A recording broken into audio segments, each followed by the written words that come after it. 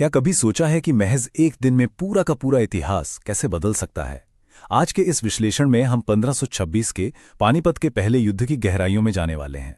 ये कोई आम लड़ाई नहीं थी।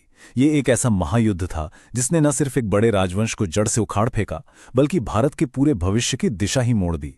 सच कहूं तो पानीपत के मैदान में लड़ी गई ये लड़ाई सिर्फ तलवारों का टकराव नहीं थी, बल्कि बाबर की रणनीतिक कला की एक ऐसी मास्टर क्लास थी जिसे आज भी युद्ध कला के बेहतरीन उदाहरणों में गिना जाता है। तो आइए इस ऐतिहासिक दिन को थोड़ा करीब से समझते। अब जरा इस स्थिति की कल्पना कीजिए। एक तरफ इब्राहिम लोदी का विशाल साम्राज्य, करीब 1 लाख सैनिक और सैकड़ों खूंखार युद्धक हाथी जो किसी को भी कुचलने के लिए काफी थे, और दूसरी तरफ बाबर की बहुत ही छोटी सी सेना जिसमें मुश्किल से 12 से 25 हजार सैनिक थे।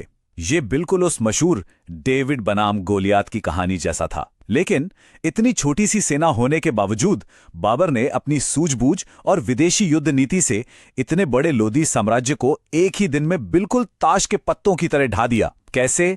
यही तो इस पूरी कहानी का सबसे दिलचस्प हिस्सा है। खैर, ये ऐतिहासिक टकराव कोई रातों रात नहीं हुआ था।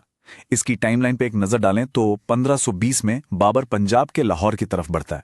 फिर 1524 तक आते आते उसका पूरा फोकस भारत पर सेट हो जाता है। लेकिन पता है सबसे हैरानी की बात क्या थी?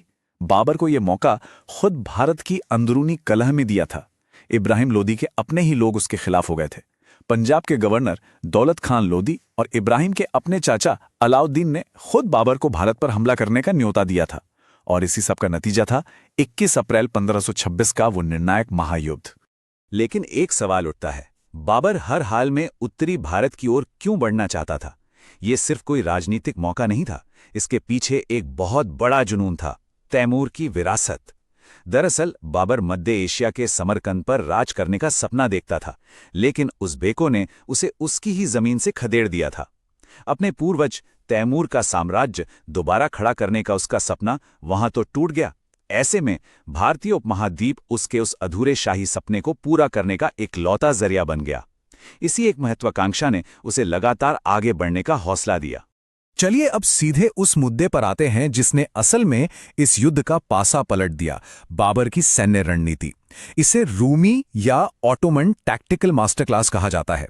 युद्ध शुरू होने से ठीक पहले बाबर ने एक गजब की चाल चली। उसने अपनी सेना को सिर्फ खुले मैदान में खड़ा नहीं किया, बल्कि पूरे के पूरे मैदान को ही एक अभेद्य किले में बदल दिया। ये रणनीति उसने सीधे ऑटोमन साम्राज्य से सीखी थी। वो जानता था कि खुले मैदान में वो लोधी की विशाल सेना के सामने टिक नहीं पाएगा, इसलिए उसने एक ऐसा चक्रव्यूह रचा कि लोधी की सेना का बड़ा आकार ही उसकी सबसे बड़ी कमजोरी बन गया। जरा इस रक्षा घेरे या अराबा सिस्टम की बनावट को समझिए।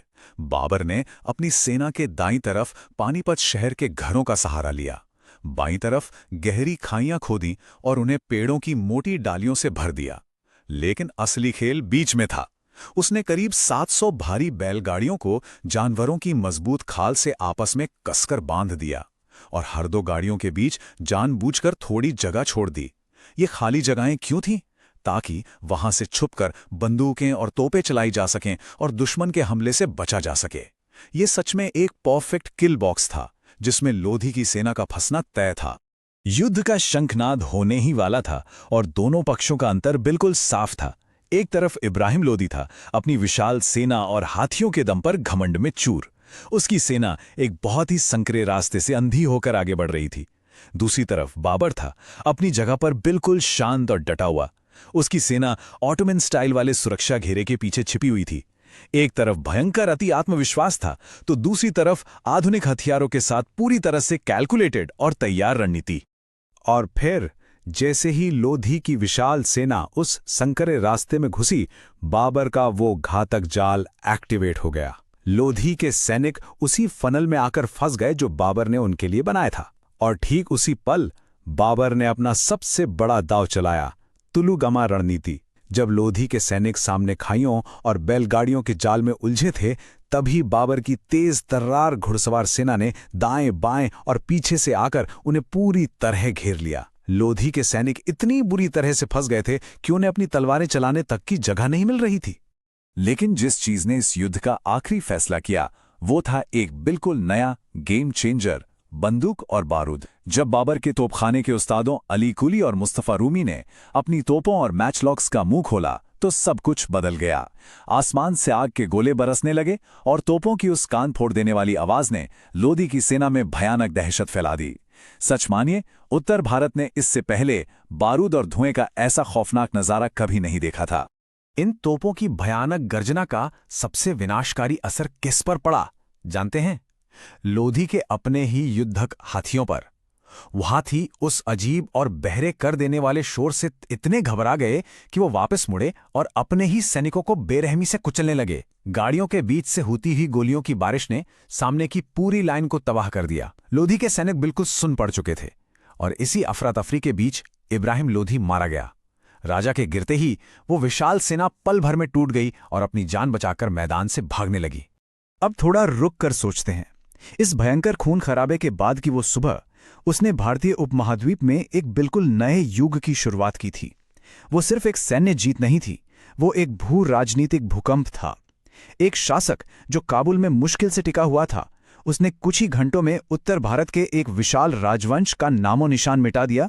इस एक दोपहर की सामरिक जीत ने बाबर के लिए भारत की बेशुमार दौलत के दरवाजे खोल दिए और उसी दिन से नींव पड़ी मध्यकालीन भारत के सबसे शक्तिशाली साम्राज्य की, मुगल साम्राज्य।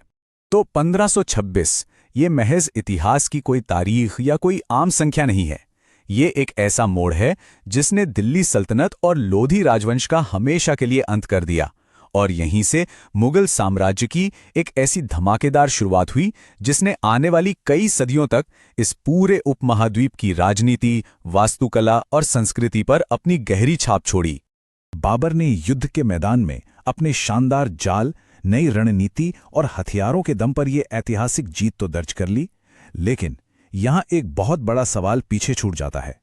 एक विदेशी शासक द्वारा बनाया गया ये नवजात मुगल साम्राज्य इतने विशाल और विविध उपमहाद्वीप पर अपनी पकड़ आखिर कैसे मजबूत करेगा? वो कौन सी नीतियां होंगी जो मुगलों को सदियों तक भारत की सत्ता के केंद्र में बनाए रखेंगी? ये सच में एक ऐसा सवाल है जो इतिहास की और भी दिलचस्प कहानियों की तरफ इशारा करता है।